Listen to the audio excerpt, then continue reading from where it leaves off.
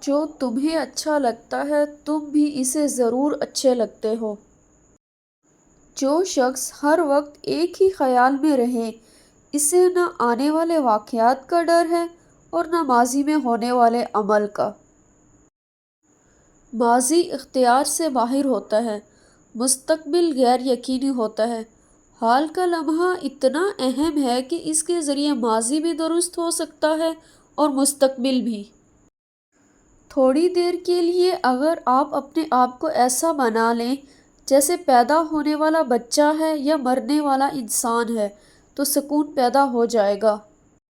جس نے اپنی زندگی کو قبول کر لیا اس نے خدا کو مان لیا۔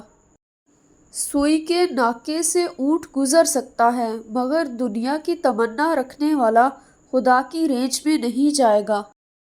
جس دن کی رات آ گئی وہ دن اچھا تھا اور جس رات پر دن طلوع ہو گیا وہ رات اچھی تھی۔ اس دنیا میں کوئی رات ایسی نہیں جس پر دن طلوع نہ ہوا ہو۔ وجود گھوڑا ہے اور روح اس کی سوار۔ گھوڑا لاغر نہیں ہونا چاہیے کہ روح بیچاری پریشان ہو جائے اور گھوڑا خود سر نہ ہو کہ روح کو گرا کر چلا جائے۔